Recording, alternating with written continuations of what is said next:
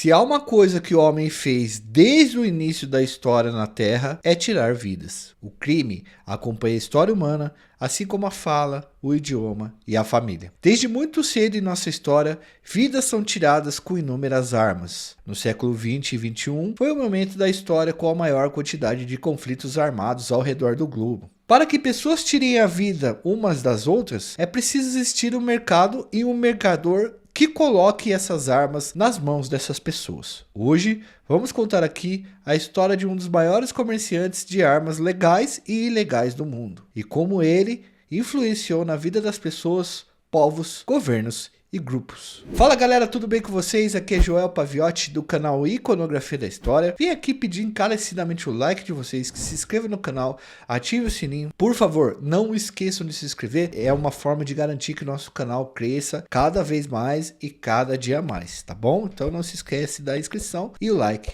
A gente pede isso para vocês porque, enfim, vocês sabem que daqui a pouco virá um grande vídeo aí pela frente. Hoje vamos começar a falar um pouco sobre máfias e bandidos russos e do leste europeu. Vocês pediram bastante nos comentários e aí a gente teve que fazer uma incursão por lá, estudou bastante e tal e tá saindo coisa legal. Então, Edu, por favor, querido, roda a vinheta.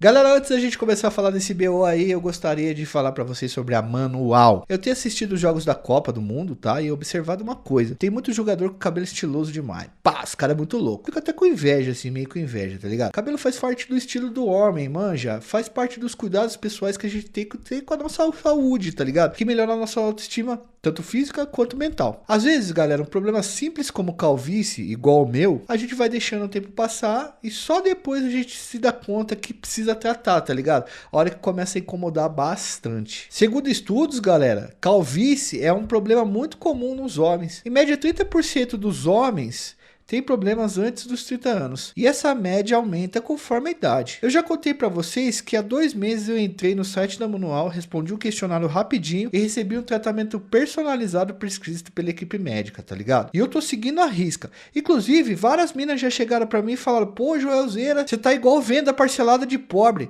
sem entrada. Pra vocês verem como é que eu tô ficando bonito. Há 4 meses eu tô fazendo isso e com certeza vocês já viram o resultado e ele é muito nítido. O Edu já colocou aí na tela umas imagens de antes e depois do tratamento para vocês verem como é que o negócio funciona, tá? E funciona de verdade, tanto em casos mais leves quanto em casos mais avançados. Como vocês já sabem, parceiro do canal é parceiro também de vocês e sempre quando a gente faz uma parceria a gente pede alguma coisa pra galera aí. Então a gente descolou para vocês uma oferta exclusiva de 40% de desconto para quem fizer o primeiro pedido agora. É só clicar no link da descrição ou acessar pelo QR Code que o Edu tá colocando na tela aí e colocar o cupom 40 Iconografia. Faz isso agora que esse cupom é limitado, firmeza? Você vai responder o questionário lá, é rapidinho, velho. Receber um tratamento personalizado prescrito por um médico e vai receber produtos em sua casa com frete grátis numa embalagem discreta e conseguir 40% de desconto no primeiro pedido. Mano, a gente é uma mãe pra vocês, vai perder essa careca sua. Agora, vamos pro vídeo. Galera, esse mano de bigode aí que vocês viram na introdução, podia muito bem ser um tiozão que faz um churrasco pra família e tal, um cara gente boa. Mas ele é Victor Bout, um dos maiores traficantes de armas da história do mundo. Falo traficante pessoa física, porque pessoa jurídica tem um monte. Depois a gente vai explicar melhor isso pra vocês. Enfim, rapaziada, para entender a história desse Victor Bout, temos que entender primeiro algumas coisas de geografia, geopolítica e história. Assim que entendermos essas coisas, encaixamos ele nesse contexto como nós fazemos com todos os personagens. A gente sempre começa num contexto mais geral para chegar num contexto mais pessoal. Seguinte, durante o século XX, ocorreu no mundo um fato conhecido como Guerra Fria. Todo mundo já deve ter visto isso na escola com certeza. Nós chamamos aqui um professor, aliás, um dos melhores, ele chama Tiago Sumaré, e ele me deu a melhor aula sobre Guerra Fria que eu já vi. Eu fui atrás dele, tá? A gente foi atrás do canal e pediu para ele explicar rapidamente o que foi a Guerra Fria e o que era a corrida armamentista para vocês conseguirem entender, tá bom? Dá para falar 20 dias seguidos sobre isso, mas enfim, é foda. Ele vai explicar para vocês, tá bom? Aliás, Depois colhem no canal do Sumaré, que vamos deixar na descrição para vocês o link aí, que ele tem um vídeo lá comentando mais sobre o lance de tráfico de armas e o estrago que esse comércio fez nos países africanos, tá? Tem muita gente aí que segue a gente que é de Angola, Etiópia, Moçambique, pessoal que viveu isso na pele, tá ligado? Ele fez esse vídeo comentando o filme O Senhor das Armas, o qual citamos aqui também. Vai lá, dá uma força pro cara, se inscreve no canal, conhece o conteúdo dele, eu tenho muita certeza que vocês vão gostar bastante, porque ele tem muito conhecimento e sabe explicar muito bem. E aí, galera, beleza? Valeu, Joel, por ter me convidado a participar. Um prazer estar aqui com vocês no Iconografia da História. Bom, vamos falar de Guerra Fria. Para entender Guerra Fria, que é um contexto histórico que vai durar aproximadamente do pós-guerra até os anos 80, a gente precisa se atentar a três particularidades, três características. A primeira característica é a bipolaridade. Ou seja, haviam dois polos, Estados Unidos e União Soviética, dois países que cada um influenciava aproximadamente metade do mundo. Isso nos leva para a segunda característica, que é a propaganda ideológica. Tanto Estados Unidos quanto União Soviética se utilizavam de uma propaganda ideológica para manter essa influência. Dado que um país era capitalista e o outro país era socialista, eles se aproveitavam disso para utilizar todo o esquema que tinham de propaganda, TV, filmes, música, quadrinhos, para mostrar como o outro sistema era ruim e, portanto, eles seriam como se fossem os heróis, né, os salvadores do seu lado. Estados Unidos fazia isso no seu bloco,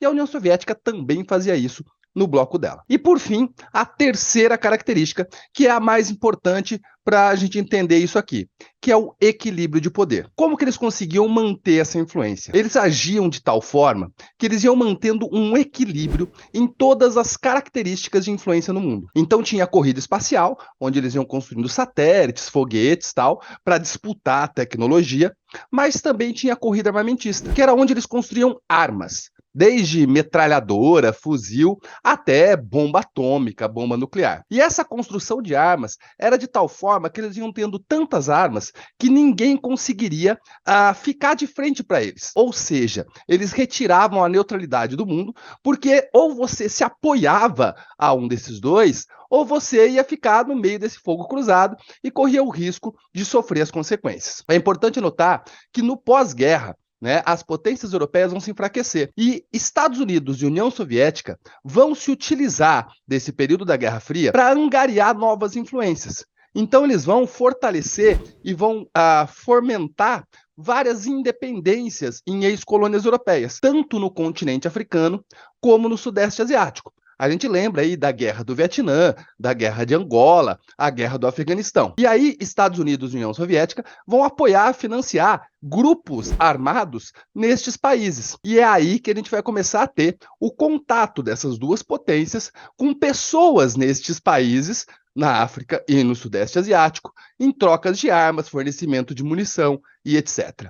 Espero ter ajudado, espero ter contribuído. E qualquer coisa, me chama que eu curti. Valeu! Bom, depois do que ele falou, então vocês percebem que esses dois países, como colocados pelo professor, além de disputarem influências em vários territórios, também investiam num negócio chamado corrida armamentista. Os Estados Unidos ficou muito conhecido pelo fuzil M16 e depois a R-15. O M16 é a arma que o Rambo aparece no filme, tá ligado? E a União Soviética ficou conhecida pelo AK-47. No fim dos anos 80 e início dos 90, a União Soviética entra em declínio e quebra. O país é dividido em 15 repúblicas e o patrimônio armamentista da União Soviética começa a sumir. É nesse momento que se formam as grandes máfias russas e que traficantes de armas passam a crescer no local. O que eles faziam, esses traficantes? Eles pegavam armas que eram do Estado, que tinha acabado de quebrar, e vendiam por outros países e lugares. Um dos maiores comerciantes dessas armas era o Victor Bout, o cara do bigode que eu falei pra vocês. Mas ele também era conhecido por aí como Mercador da Morte. Victor, galera, nasceu em 1967 numa república chamada Tajiquistão, em um dos territórios da antiga União Soviética, que depois vai virar um país autônomo. Muito cedo ele entrou no exército, nas forças armadas russas, soviéticas, e chegou ao posto de tenente-coronel da aeronáutica. Em um determinado momento, Victor percebeu que para subir de cargo e ter privilégio lá na União Soviética, era preciso conhecer gente mais graúda. Ele então se alistou em uma seção da Força Aérea Russa chamada Relações Estrangeiras. Olha que interessante. Lá, o Victor virou tipo um poliglota, o que vai contribuir muito para a carreira dele mais tarde, tá ligado? O cara aprendeu inglês, francês, espanhol, português, árabe e persa. Nesse setor que ele trabalhou, Força Estrangeira, estrangeira, ele aprendeu a negociar armas, pois a União Soviética fornecia estoques e mais estoques de armas para grupos rebeldes tentarem derrubar os governos, como foi falado muito bem pelo professor. Ele pegou tipo o feeling, o know-how da venda de armas, trabalhando pro próprio Estado soviético. A arma mais vendida por eles, com certeza, né? Vocês já sabem disso, sem dúvida alguma, é a AK-47. Pois é uma arma feita com uma tecnologia absurda e uma simplicidade de dar medo em qualquer um. As AKs, elas são as armas prediletas de guerrilhas ou de qualquer grupo pequeno que queira tomar, né, e derrubar um governo de assalto. Em 1991, com a dissolução da União Soviética, ou seja, a União Soviética quebra, Viktor Bout vê um terreno fértil para enriquecer. Veja, um país que é desfeito e vira mais de 15 repúblicas, fica muito bagunçado em relação aos bens que tem em sua divisão. Viktor aproveitou esse momento para passar a exportar armas por conta própria, vendendo parte do arsenal que era do Estado soviético, né, que era do governo soviético, para outras pessoas. Mas ele não começou com armas. Primeiro ele comprou vários aviões e iniciou uma empresa de frete aéreo, que na real era uma fachada, segundo investigações, né, para poder exportar armas. Muita coisa não se sabe sobre a vida desse cara, pois como todo chefão mafioso ligeiro, né, rápido, o cara tomou conta de apagar muita fita da biografia, tá ligado? Durante o início dos anos 90, galera, Viktor encontrou um terreno fértil para venda de armas. Ele passou a entregar seus produtos na Colômbia, abastecendo, por exemplo, as Farc, né, as guerrilhas Farc, e o narcotráfico. Para grupos terroristas do Oriente Médio também. E grupos que, se falarmos os nomes aqui, o vídeo sai até fora do ar para você ver como é que os caras que ele vende armas são sanguinários. Mas a maior ação de Viktor foi abastecer os países africanos que viviam conflitos civis naquele período. Ele escolhia um lado e vendia para os caras. Um de seus maiores compradores foi Charles Taylor, ditador da Libéria, que fez um estrago nos países vizinhos como Serra Leoa e Burkina Faso. Viktor vendeu tanta arma para esse mano aí, esse ditador, que a Corte Internacional Penal considerou ele uma espécie de sócio do ditador, tá? O Viktor foi considerado tipo um sócio do cara, de tanta arma que ele vendeu pro cara tirar a vida dos outros. Em setembro de 2001, quando ocorreu os atentados das Torres Gêmeas, lá nos Estados Unidos, Viktor foi acusado de negociar armas com os afegãos que atacaram o país americano. O Viktor deu uma entrevista no The New York Times, um dos maiores jornais do mundo, dizendo que ele se assustou quando viu que ele era o segundo homem mais procurado dos Estados Unidos, só perdendo pro próprio Osama, tá ligado? Que era o cara que pensou e executou as ações. O Viktor sempre negou, mas houve interceptação dos seus aviões em território afegano, na mesma época e tal. Segundo o Viktor, ele fornecia outros grupos que não tinha nada a ver com os grupos que praticaram os atentados, mas não colou essa história. Mas o fato, galera, é que o Viktor só começa a aparecer no radar para ser caçado, né,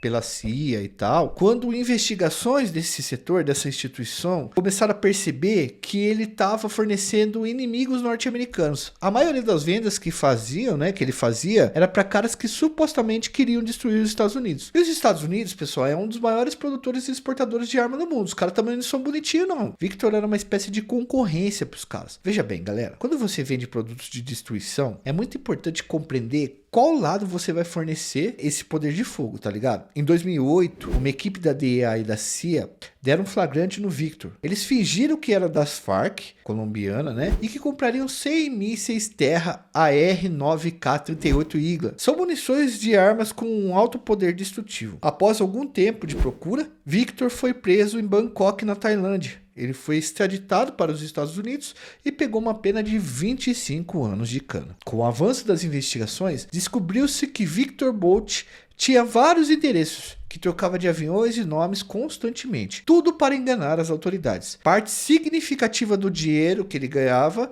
ia para isso, tá ligado? Quando ele foi preso na Tailândia e extraditado para os Estados Unidos, o governo russo ficou em choque, tá ligado? Viktor sabia de muita coisa sobre o governo russo. Tentaram de toda forma tirá-lo do país americano, pois certamente a CIA, né, que é o serviço de inteligência norte-americano, tentaria tirar informações privilegiadas dele, né, do Viktor, vocês sabem como. Mas o homem, galera, era um túmulo. Pelo que conseguimos apurar aqui, ele simplesmente não disse nada e a CIA não conseguiu arrancar nada dele, apesar de ter usado vários métodos aí reprováveis. Diante do arquivo vivo que é Viktor, o governo russo tentou por diversas vezes a volta dele para a Rússia, oferecendo prisioneiros americanos em troca da liberdade dele, mas os Estados Unidos nunca topou. Até que em 2022, a jogadora de basquete Brittney Griner foi presa em um aeroporto de Moscou com algumas gramas de óleo de cannabis. Ela usava a parada num vaporizador e alegou ser para uso médico. E realmente, galera, ela tinha liberação para usar essa cannabis nos Estados Unidos, mas a polícia da alfândega russa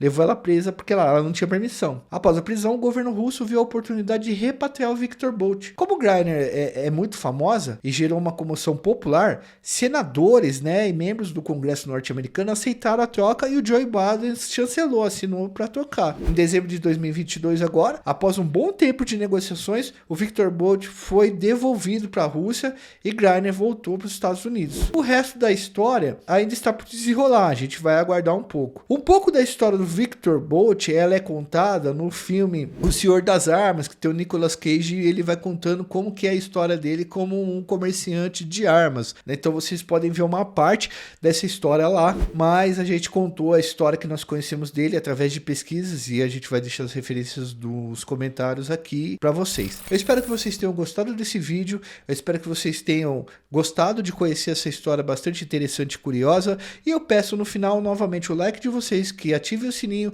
façam a inscrição no nosso canal, porque nós precisamos que vocês se inscrevam, compartilhe esse vídeo para ajudar a gente com o nosso trabalho, vire membro do canal para ajudar a gente a produzir, se possível, que vocês vão ter conteúdos aí exclusivos que o diretor liberou, e se possível também clique no botão valeu, vocês podem fazer qualquer doação financeira para ajudar a gente a manter toda essa estrutura. Forte abraço, fui!